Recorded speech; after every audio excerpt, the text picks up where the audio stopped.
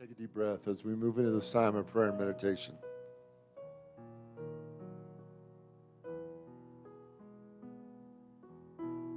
Remember, I'm going to invite you to hold the idea, I'm a child of God.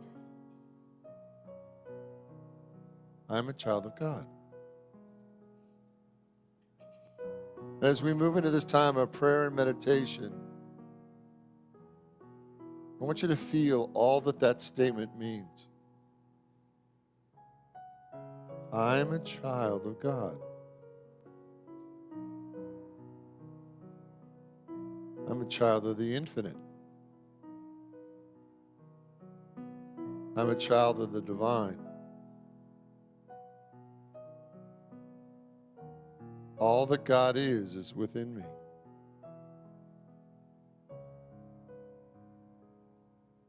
And the deeper we go in meditation, the more that we feel the divine within our own being, the core of who we are.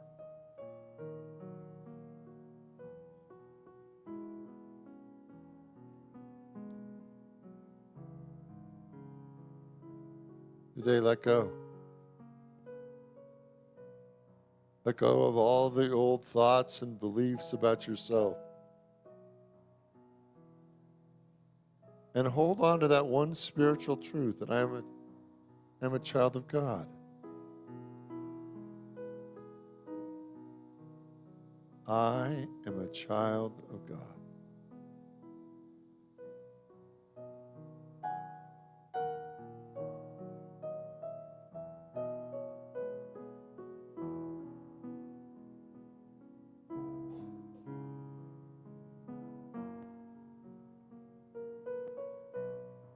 I'm a child of God. I'm an expression of all that God is. All the love and joy and peace and abundance that God is in me.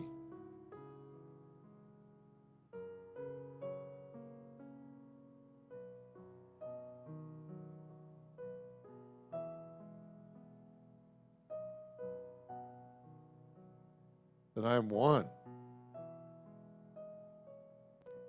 with the entire universe.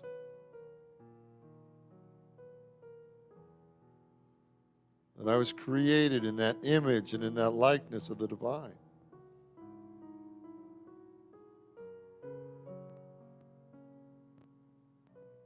So in the silence now, I invite you to hold that image, to see yourself as the divine expression, to see yourself as the living manifestation of all that God is.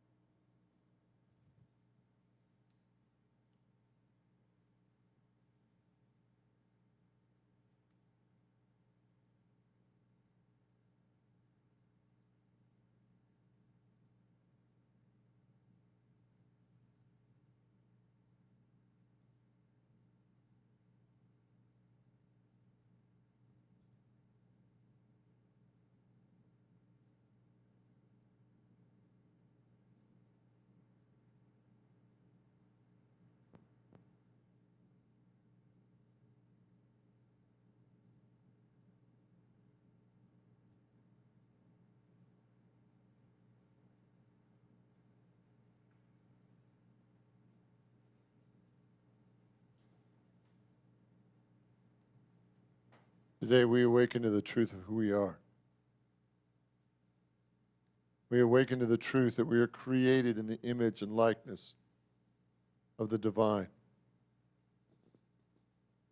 That within us is God's full Spirit. That the whole Spirit of God, the Holy Spirit, is expressing through each and every one of us as us. And today we awaken to the truth of what it means to be created in God's image and be God's likeness. So in all things we look to God. And in all things we give thanks. And so it is. Amen. Thank you, buddy. All right, let's talk about your DNA. All right, how many of you are excited about your DNA? How many of you think you got kind of the bad end of the DNA stick? How many of you would like to trade your DNA on better DNA? My dad was adopted. I didn't find that out until I was in my 30s. We were visiting my grandmother at a nursing home, and I went with him, and my grandmother was quite upset about having to be in a nursing home. And she was laying it on my dad pretty hard. And as he's walking out, I can see a tear in his eye, and I say to him, Dad, you are a great son. You are a great son. And he turned to me and said, I was adopted. That's not my mother. I had no idea. It was like boom, boom. It's like, what do you mean? That's not grandma? And he goes, well, it is. But she's not my mom. And he never knew who his mom was or his dad was. And, you know, he found out when he was in his teens that he was adopted. He was playing with his cousins, and his cousins were teasing him about being adopted. And he went home and said, am I adopted? And they sat him down and said, yes, we never told you, but yes, you're adopted. So my dad, it was a place of shame. It was an embarrassment. It was a place that he didn't ever talk about, didn't want to talk about, didn't want to acknowledge. And it was, you know, kind of a, you know, does your family have those dark places? Where places where people don't talk about it, and it's just kind of hangs out there. Everybody seems to know, right? But nobody ever wants to talk about it. So that was one of the places in our family that was one of those dark places. And then a few months after both his parents passed away, he got a letter from his favorite aunt and said, I'm your biological mother. And it was like, wow, this story just got wild.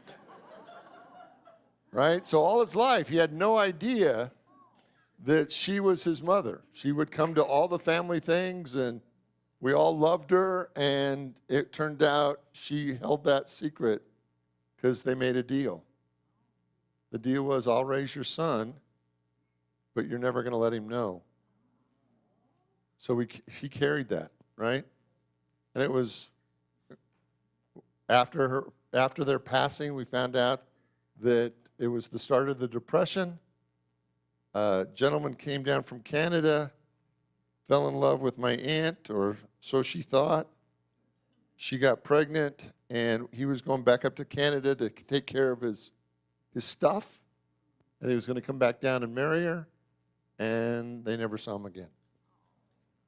Right? And that was a different day, man. That was 1929. It was a different world. But for my family, for my brother and I, it was always like, so who do you think our DNA is? Like we would, you know, we had no idea. And then we found out it was that we were really Rogers, right? And it was such a story of a family of shame laced with good news, with kindness and generosity. And it's always been a place of, in my family, of that you shouldn't talk about. But today I do want to talk about it. I want to talk about our DNA. Because so much in the last 20 years, we know more about that. And I want to talk about what that means to be a child of God, but also to have our DNA that each one of us is carrying with us.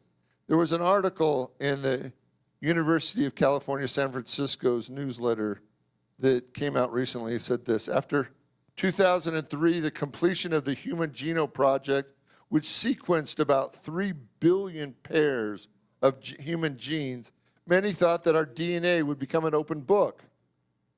But perplexingly, problem quickly emerged that all scientists had transcribed the book. They couldn't really interpret all but a very small percentage of the information.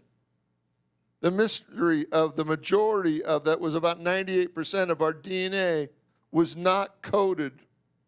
Much of the dark matter in the genome is thought to be old, functioning, evolutionary leftovers that are just along for the ride.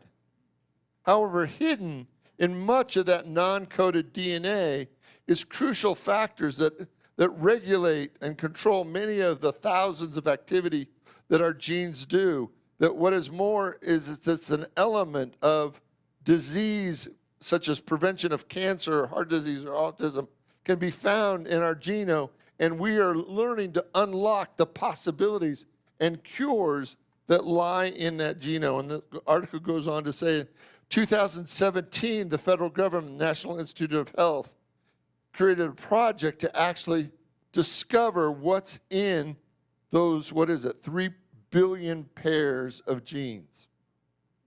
One of the impact of that, in an article came out in 2022, they call it the Benjamin Button effect. Scientists can now reverse aging in mice. And the goal is to do the same in humans. A molecular biologist, David Sinclair's lab at Harvard Medical School, one of the places that got this grant, has taken old mice and are now growing them younger. They have actually learned how to turn protein from adult cells into stem cells, and his team is actually resetting the age of mice to earlier versions of themselves. I want you to hear that. They take old, sad old mice, they split their genes, and they get profoundly younger. One of the places they go from, let me just read it. Published in late 2020, old mice with poor eyesight and damaged retinas suddenly could see again with the vision that was rival to their younger offspring. It's a permanent reset, Sinclair said. As far as we can tell, we think it may have universal process that could be applied across the body to reset age. Wait. If we're reversing age, these diseases that shouldn't happen. We have the technology today, and I want you to hear this. We have the technology today to be able to go to at least 100 without the worry of cancer at 70, heart disease at 80, Alzheimer's at 90, Sinclair said. The world that we are knowing is literally changing before our eyes. Right? So what do you think the world would look like if we stopped aging? And the room rumbles with that one. Okay, so there's an article. So this is what happens when you give me vacation, because I have time to just read and I just go off, right? So I'm going to geek out one more thing, and then I'm going to make a spiritual point, I promise. But I'm going to geek out one more thing, right? CNN, in their newsletter, talked about sharks, and that sharks don't age the way humans age. Sharks are actually prehistoric. Sharks come out, evolutionary, are before trees, before dinosaurs. Sharks are a very, very old species. And what's interesting about sharks is you can't find an old shark. Sharks don't age. They mature, most species of sharks mature at 150 years. 150 years. Can you imagine high school taking 40 years? Right? Can you imagine? They don't mature till they get 150 years old, and there are species of sharks that actually live for 400 years. They are the oldest species on our planet. Tortoises live about 150 years. Many varieties of sharks live 200, 300, 400 years. They don't age the way we age. And the reason that I'm bringing this up is what if they could actually stop and reverse the aging process on you? Would you be interested in living 500 years? How many? Let's take a poll. At the first service, there was like 5 guys that were willing to live for 500 years. Every woman in the house said, no way. I don't want it. No, thank you. So let's just do a poll. How many of you would be interested if they could turn off the aging process and you would actually become younger, would want to go to 400 or 500 years? Would I get a wife? Well, listen, darling, you can create it any way you want it, right? How many of you would want to live 400 or 500 years? If, right? Notice how many men are raising their hand. We do have a few women, but it tends to be more men. Now, how many are you just fine with your aging process and would just like to play it out the way it is?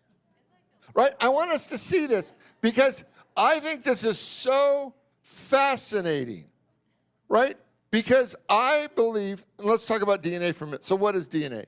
DNA is the molecular structure found in cells of all living things that contain the genetic code for the organism's development, growth, reproduction, and function.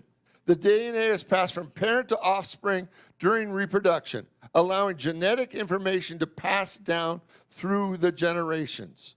So what I want us to see today is they are now learning exactly what's in our DNA, that they can actually turn things off that normally would be programmed to take us out.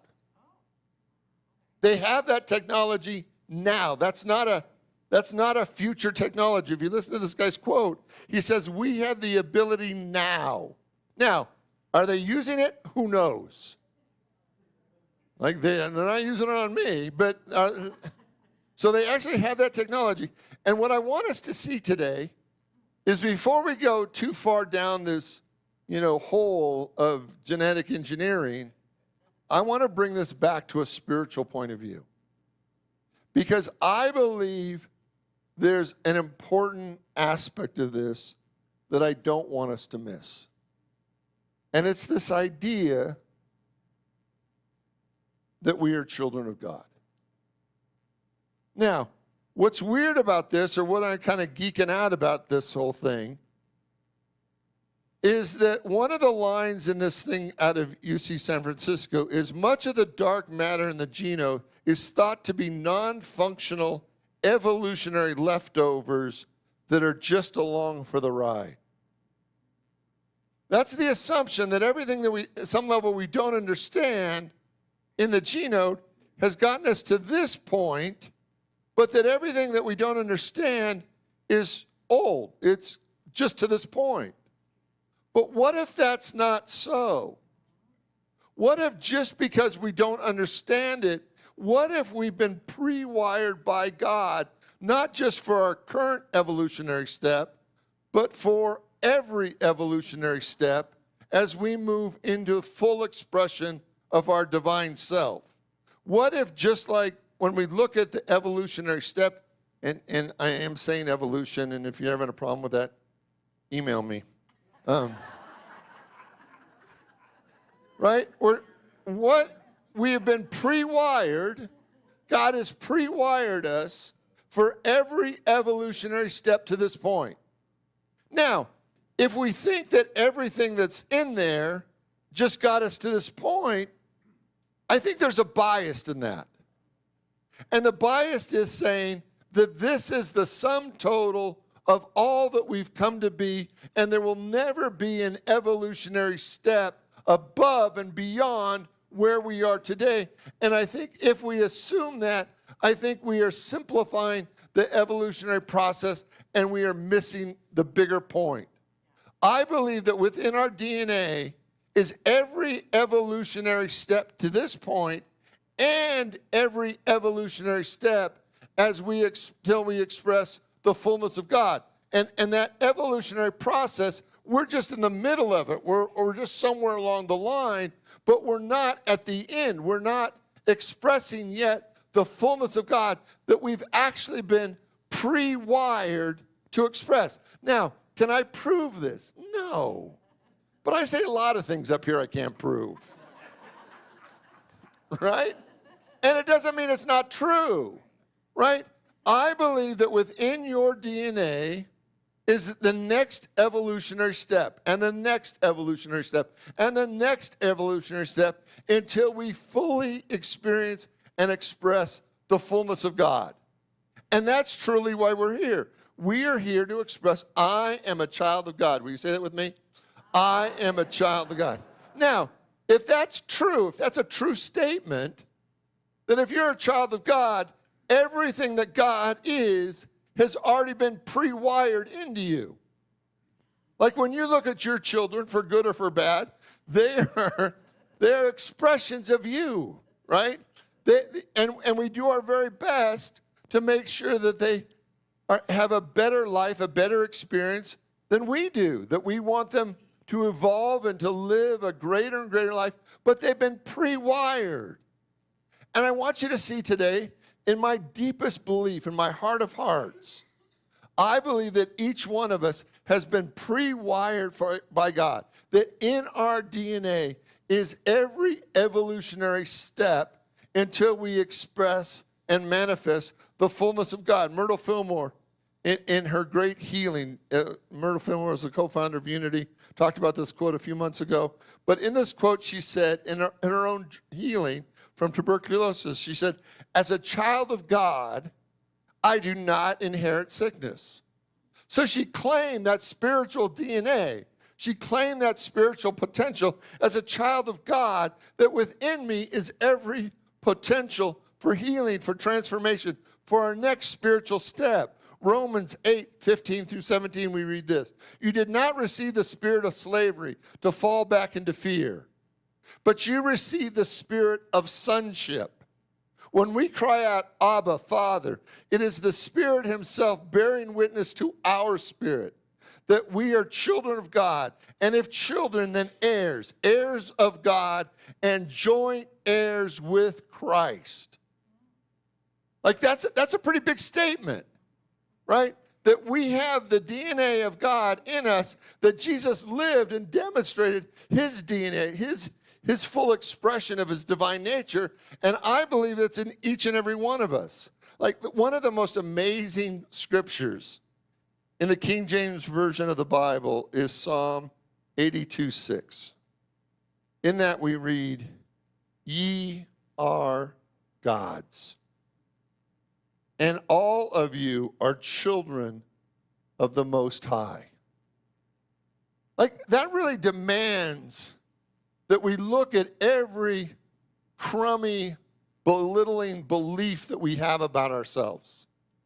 Everything that you believed about your drama and your story and your brokenness and your less than, and hear it from the point of view of you have the DNA, you've been pre-wired for God. You've been pre-wired to express all that God is, and all we have to do is activate that DNA that's already been pre-programmed so that we get to know ourselves in the way that God designed in us in the beginning. Many of you have heard of Joe Dispenza, Dr. Joe Dispenza. In his book, You Are the Placebo Making Your Mind Matter, I want to read this quote. Epigenetics teaches us that we are indeed not doomed by our genes, that to change the human consciousness can produce a physical change both in structure and function of the human body. We can modify our genetic destiny by turning our genes the way we want, turning them on, turning them off, and the ones we don't want, turning them off, with various factors of the environment that program our genes. Some of those signals that come from within our body, such as our thoughts and our feelings, while others come from externally, our body's response to the environment, to pollution and sunlight, right? So what I want you to see is that he believes that we actually activate the higher levels of our DNA through our thoughts and feelings. How many of you have ever heard that idea before, that your thoughts and feelings actually matter? But what I want you to see is this link between your emotional, mental, spiritual life and the way that you're expressing God.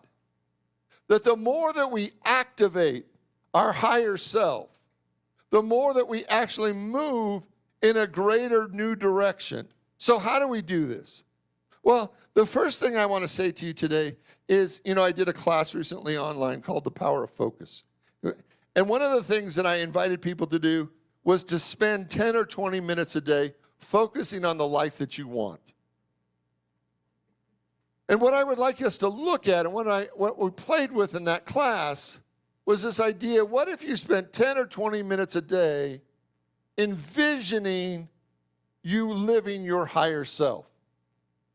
Not just that you have a higher self, but that you're fully expressing your higher self, that you're fully expressing your godliness, that you're fully expressing your divine nature, your spiritual nature, your godness, right? And that if we spent 10 or 20 minutes a day expressing our divine self, can we imagine what that would actually unlock in our DNA, that we could actually bring forth more than we've ever been before? That the more that we're focusing on our brokenness, the more we focus on our drama, the more we focus on how we're not enough, we actually continue the cycle of brokenness. And spending just a few minutes a day activating our higher self actually calls our higher self, because it's been pre-wired. It's like a seed. Everything the seed needs to grow into an oak tree is available in it. All it needs is a little sunlight, a little water, a little ground, right? And then it's activated and it comes into its mature state. The same, I believe, is true for all of us as spiritual beings. God has pre-wired us for our divine nature, for our full expression of the glory of God. But as we envision that, it actually sends a cue to ourself, to our DNA, that we are ready to be that much. If you focus on your brokenness, you're actually cueing yourself to stay in the level of brokenness. As you begin to envision your higher self, you actually cue yourself to be willing to step into that level of life. So the first thing I want you to do is spend a few moments every day envisioning yourself fully expressing God, fully expressing your divine nature. 2, I believe, and the studies show, that our words have incredible power to begin to call forth this next level of being. I want us to be very mindful of the words and how we describe ourselves, and begin to use words like, I'm a divine being, I am enlightened, I'm an expression of God, I'm a child of God. To begin to use our words not to continually affirm our brokenness, but to be able to activate our divine self. To begin to use words that are more the fulfillment of our DNA, not the trashing of it. 3, I want us to spend time forgiving ourselves for every lesser idea that we've held about ourselves. How many of you can think of a time or a belief that you've held about yourself that really wasn't becoming a child of God? Right? And some of us have spent years in that belief that we're broken. I think one of the most fundamental things that we can do is actually spend time saying, I forgive myself for every limiting belief that I've ever held about myself, for every way that I believed in my own brokenness, for every way that I've accepted what others have said about my drama or my story or my brokenness, and to be willing to forgive every lesser idea of self. And 4th, and I believe that maybe this is the most powerful one, is to ask for divine assistance. Over and over again, Jesus said, ask, ask. Over 30 times is recorded in the scriptures, him saying, ask, ask, ask, ask, ask, ask. For the moment we ask God, the moment we ask for divine assistance, the more that we begin to ask for help in being our best self, our highest self, our divine self, our God self, the more that we step into that and ask for help, the more that we are open and receptive to receiving that assistance. Because we have free will, God can do no more through us than we are willing.